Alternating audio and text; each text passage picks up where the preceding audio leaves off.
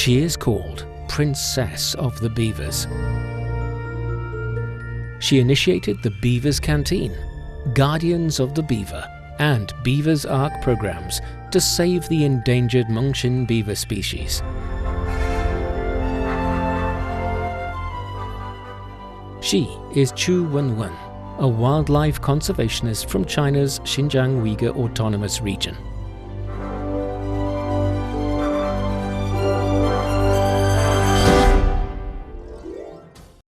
In October 2021, at the 15th Conference of the Parties of the Convention on Biological Diversity, or COP15, 27-year-old Chu Wenwen shared her story of protecting the endangered Mengxin beavers with the world.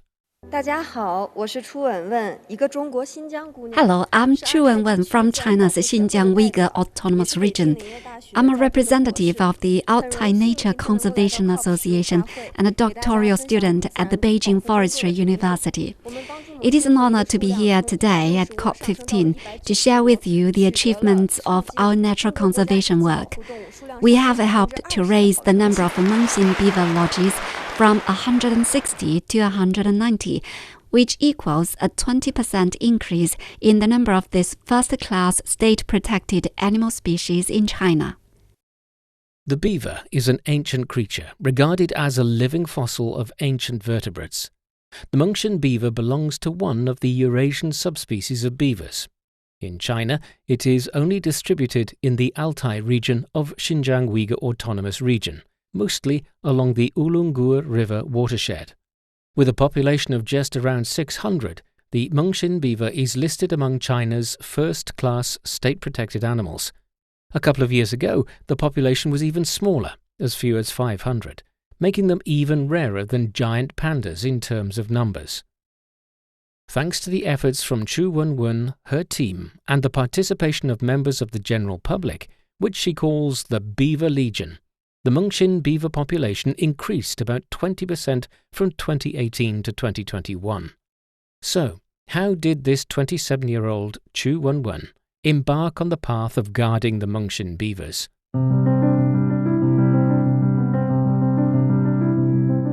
In 1994, Chu Wenwen was born in the Altai region of Xinjiang. The region is home to many rare wild animals.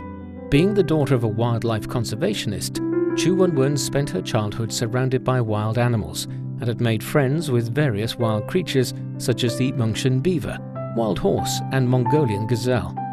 Witnessing her father's generation protecting wild animals, she too developed a love for wild animals and started to think how humans can coexist harmoniously with them. The Altai region in Xinjiang is a biodiversity hotspot with highly developed biodiversity, diverse ecosystems, and many species of wild animals.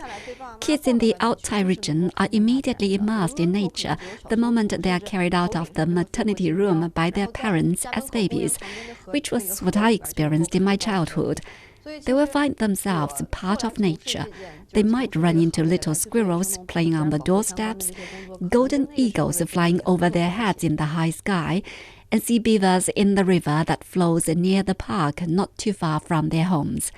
So in a way, my childhood experience might just be the thing that led me into my engaging in wildlife conservation work. So, unsurprisingly, instead of becoming a white-collar worker in Beijing after getting her master's degree in wildlife conservation and utilization at Beijing Forestry University in 2017, Chu Wenwen returned home the following year. She followed her wildlife conservationist father's footsteps and devoted herself to the same cause. My major is wildlife conservation. It provides a good theoretical supplement to my work on beaver preservation. I can reference these theories in my conservation work practice. In early 2018, Chu Wenwen and two friends set up the Altai Regional Nature Conservation Association. They prioritized the Mengxin beaver as their key protected animal. The Mengxin beaver is a first-class state-protected species, and although its number is small, it actually plays an important role for the environment. Beavers can help improve the quality of the overall environment around them by improving their own living environment. Beavers are known as the architects of the animal world. Living in streams, rivers, marshes and ponds, beavers love to build homes and constantly improve the woodwork. They use their strong teeth to fell trees to construct dams, which will create still ponds where they can construct their lodges.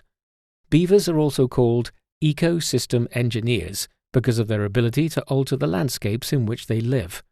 The dams they build, which often cover several hectares, also provide habitat for fish, insects and birds. Mengxin beavers build dams to change water levels, and a small wetland will be formed during the dam construction process, which will provide a habitat for many other wild creatures. Each beaver family will have its own small ecosystem around them, and many wild animals will live there under their protection. The immediate environment around each beaver lodge is usually very good, so the survival status of the Mengxin beaver is often an important indicator of the health status of the Uygur River basin. Beavers feed on the shrub that grows near the rivers. They have a strong sense of territory and won't leave their own surroundings. However, with the availability of the shrub decreasing, the lack of food and habitat is the major cause impacting the beaver's reproduction. To protect the Mengxin beaver species, the local government established the Xinjiang Bulgan Beaver Nature Reserve with a total area of 5,000 hectares as early as 1980. However, protecting the Mengxin beaver and increasing its numbers is very challenging. The population of Mengxin beavers in China was only about 500 by 2018, and so was on the brink of extinction. As they started out to protect the beavers, Chu Wenwen and her friends from the Altai Regional Nature Conservation Association were also confronted with many setbacks and challenges. The temperature in winter in the Altai region can drop to minus 40 degrees Celsius. One day, while patrolling the wilderness, Chu Wenwen saw something she dreaded most. A beaver had frozen to death in the extreme cold. Chu Wenwen could no longer hold back her emotions at the tragic scene. This beaver is an old acquaintance of ours. I don't know what to do. What am I supposed to do? I can't take them home, can I? And I don't have a shelter for them. Are we really gonna watch the beavers living outside the protected area die like this, one by one? Since the beginning of 2018, Chu Wenwen and her friends from the Altai Regional Nature Conservation Association have devoted all their time to the protection of the Mengxin beavers. They discovered that Mengxin beavers live in the Uygur River basin in family units. When young beavers reach adulthood, they will be driven out of their parents' lodges to search for their own territory and start their own families. Beavers have very strict requirements for their living environment. They only choose places with sufficient food resources to build their lodges. The shrub willows along the Uygur River are not only their food, but also their building materials. If they cannot find a suitable place to build a lodge, the beavers ousted from their parents' lodges will find it very hard to survive the bitter cold winter in Altai. The number of shrub willows is closely related to the survival of the beaver population. However, the shrub willows are not a cash crop. Few farmers will plant them, which means the survival of beavers in the past relied on the decreasing natural area of wild shrub willows. For Chu Wenwen and her team, they need to increase the plant area of shrub willows if they want to protect the beavers. They decide to conduct a full-scale survey on the status quo of the Mengxin beavers along the river. We carried out research covering the entire Uygur River basin, investigating each beaver lodge to determine what habitat factors are around it. Just like some people choose to buy houses in Beijing's Haidian district because Haidian has a school that they want their children to attend. Mengxin Beaver lodges in places where there are the habitat factors it needs. We found that one of the most important factors that influence beavers' choice for lodging spot is the water level. Another factor is whether there are many shrub willows around. To be honest, there's not much we can do about the water levels. That's the work of the climate. But what we can do is to plant more shrub willow trees. But obviously, with just 3 members from the association, the survey work seemed mission impossible for Chu Wenwen and her team. At that time, there were only a couple of my classmates and I doing the job.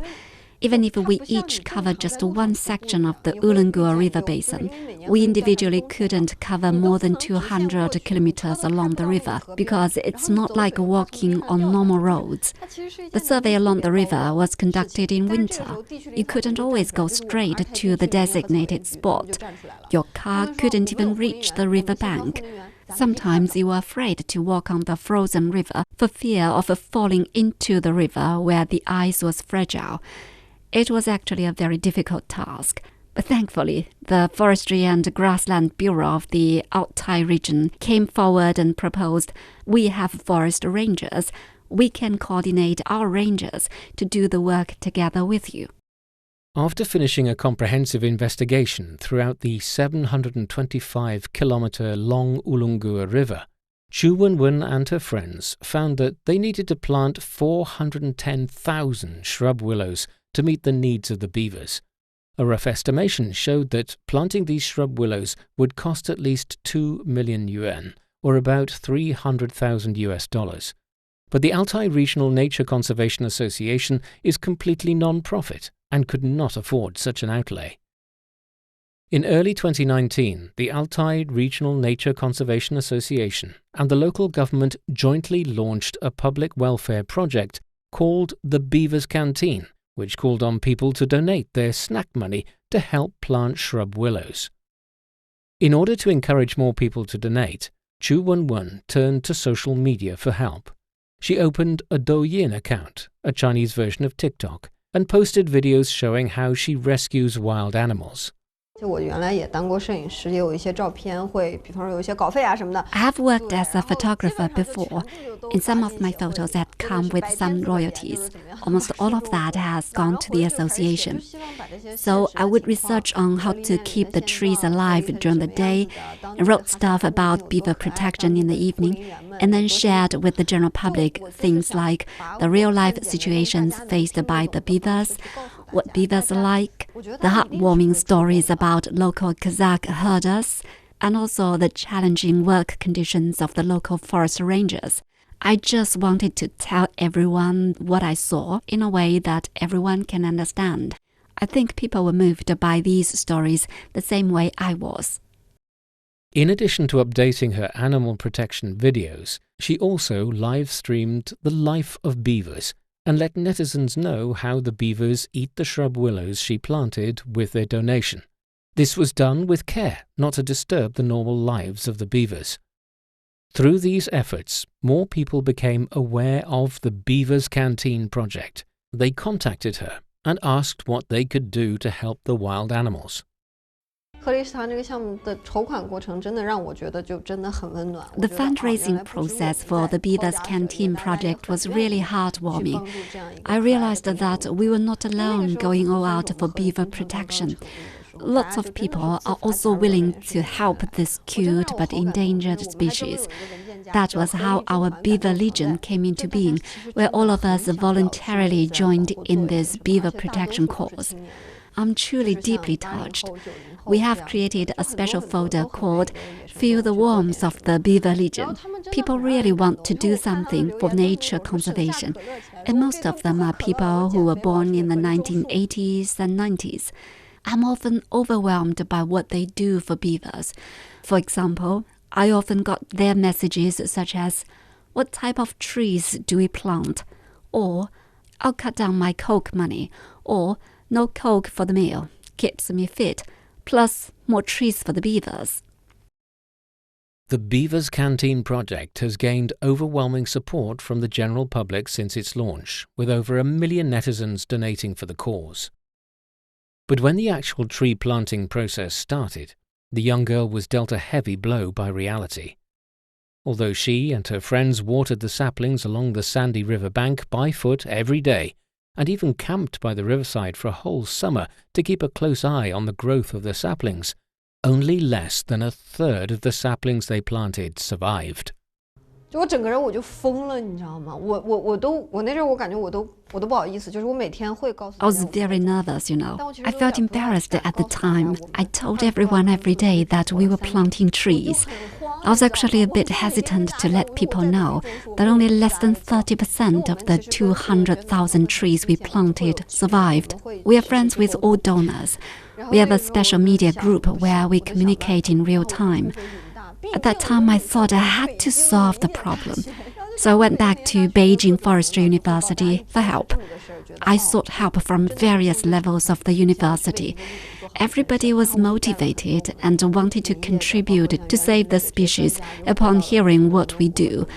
In the end, I came back to the Uygur River with many experts in the fields of forestry and landscaping to work out ways of improving the survival rate of shrub willows.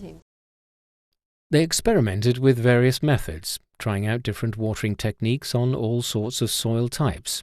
Eventually, they made a major breakthrough. Using a new tree-growing technique, the shrubs still sprouted even after being nibbled by the beavers.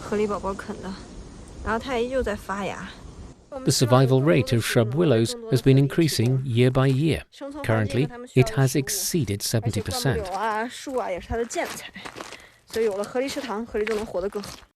The shrub trees wind along the river bank for more than 700 kilometers, providing more food and a better habitat for the beavers. The number of Mengxin beavers has increased by 19.8%, which is actually a very important thing. It is pulling the Mengxin beavers, which previously had only 500 or so left, back from the brink of extinction. Some people might think, well, you've only managed to raise the number from 500 to 600. But in fact, this is a monumental change. The Altai region is home to an abundance of wildlife resources. It's also home to many herders and their livestock. Herdsmen live on both sides of the Uygur River. Their living areas overlap with those of the Mengxin beavers. Inevitably, there will be some cross paths between the wildlife and humans. Our beavers are sometimes sneaky, When they are tired of the taste of shrub willows, when they decide it's not delicious enough, they will steal the sunflower alfalfa planted by herders. But those were the cash crop that herdsmen depend on for a living. So every time we patrolled the river, we were often surrounded by herdsmen who complained, "Your beavers stole our sunflowers again." Although they were quite nice and told us that if the beavers don't munch too much of the crops, it's not a big deal, we still feel very sorry, because these crops are part of their livelihood. They've been working so hard growing these crops in the hope of selling them and use the money to support their families. To tackle the issue, Chu Wenwen and her association came up with a solution. They involved the herders in their Beavers Canteen project. In fact, our Beavers Canteen project is designed to invite herdsmen to plant trees together with us. We've also extended this practice to our other projects, such as Guardians of the Beaver. This way, we also help expand the income channels of the herdsmen, meanwhile giving them a sense of honor. Apart from the Beavers Canteen program, the association also initiated the Guardians of the Beaver project, which involved 190 local households and approximately 500 herdsmen along the riverbank in wildlife conservation work.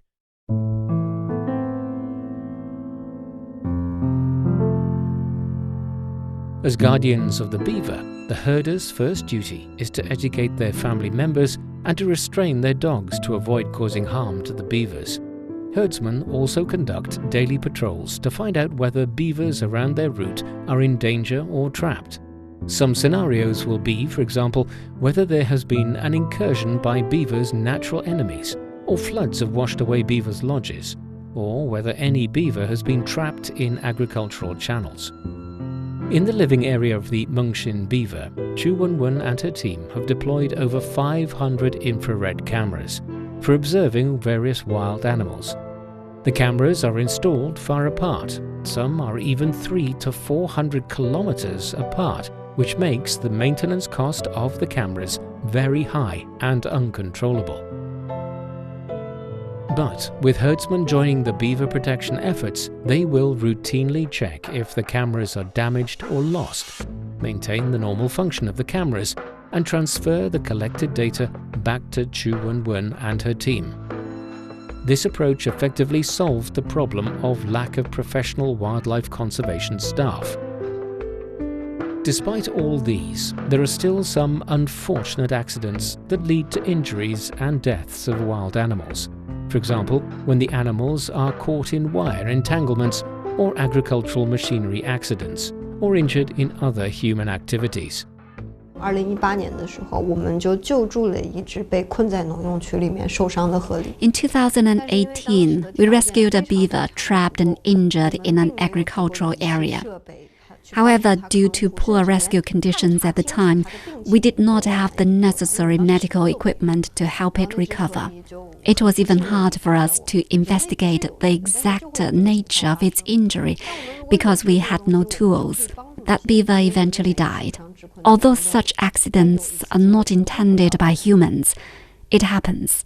If we had a rescue center, we could have helped those injured animals to have a better chance to return to the wild. In order to rescue more wild animals, the Altai Regional Nature Conservation Association joined forces with the local government and launched the Beavers Ark project in 2021, a professional wildlife rescue center in Fuyun County in Xinjiang Uygur Autonomous Region that aims to provide treatment to injured wild animals, at which the beavers are frequent patients. 我们最开始的设想其实挺简单的。 Our initial idea was quite simple. We planned to build a row of small bungalows and equip them with some medical equipment so that we could know the health conditions of the injured wild animals. We were thinking of some cages and some most basic facilities to provide a first aid and shelter to the ill or injured wild animals to save their lives.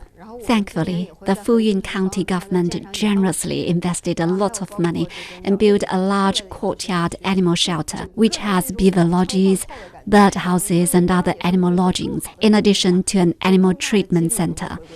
This year, we will build a wild release training area for birds and beasts with the help of a beaver legion. It's such an upgrade on our original plan, you know. All these will give the wild animals a greater chance of returning to the wild.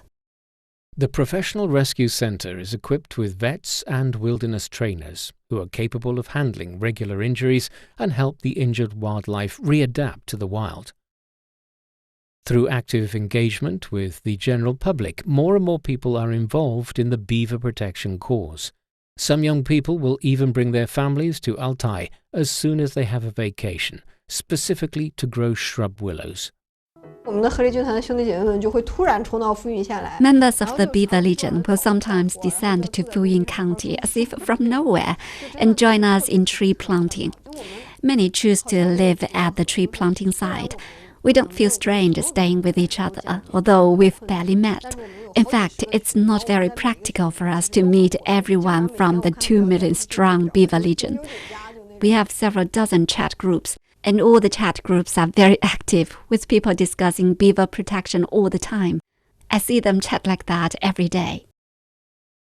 More people participate in beaver conservation operations thousands of miles away. They cut back spending on snacks, beverages and game skins to donate to the Beavers Canteen project. Some adopt and raise beavers online. To all of them, Chu Wenwen feels more than thankful. 大家就像一个家庭一样。我去年收到了We are like a huge family. After receiving the China Youth May 4th Medal last year, I cut a piece of paper and wrote down the names of our Beaver Legion members and covered my name on the medal with it. I told them that the medal couldn't be cut into pieces, otherwise I would be sending a piece of the medal to all 2 million members of the Beaver Legion. Every one of us can actually have the opportunity to become a nature conservationist. Humans can do things for the well-being of wild animals without their knowledge. After all, humans represent a higher civilization. I think a respect for life should be the way to build our relationship with nature.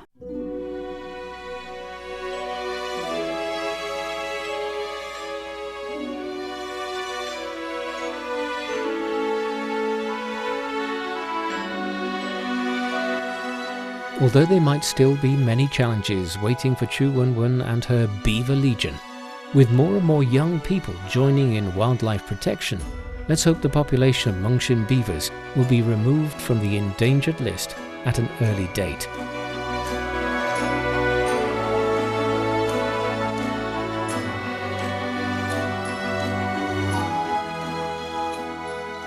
With that, we conclude this edition of Footprints. Thanks for listening. I'm Bob Jones. If you're interested in hearing more about the lives of ordinary but incredible people in China, follow us wherever you listen to your podcasts. Just key in Footprints and you can find us there. We'll see you next time. Bye for now.